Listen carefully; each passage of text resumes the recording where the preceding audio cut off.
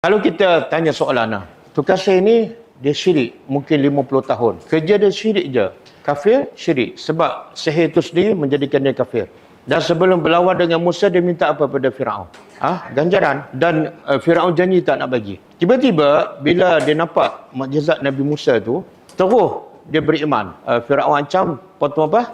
Kaki dan tangan secara... Dia tahu tak risiko dia? Macam mana boleh bertukar dalam sekelip mata, daripada nak dunia, daripada kufur 50 tahun, tiba-tiba semua dia lupa tawaran dunia tu. Sehingga sanggup dipotong kaki, dipotong tangan dan disalib. Apa yang menyebabkan dia bertukar tu? Kita kadang-kadang beriman 30 tahun, 50 tahun. Nak tinggal dunia tu ambil masa, betul tak? Firaun, tukang sihir ni tinggal apa ni? Bukan tinggal jawatan saja.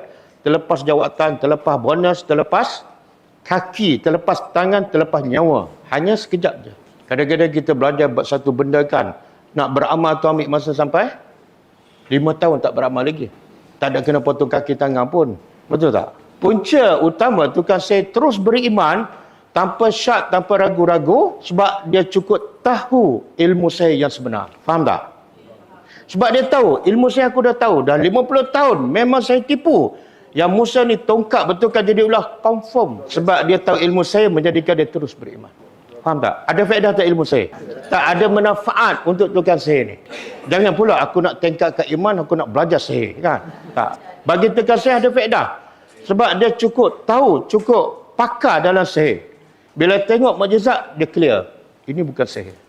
Terus tersungkur sujud.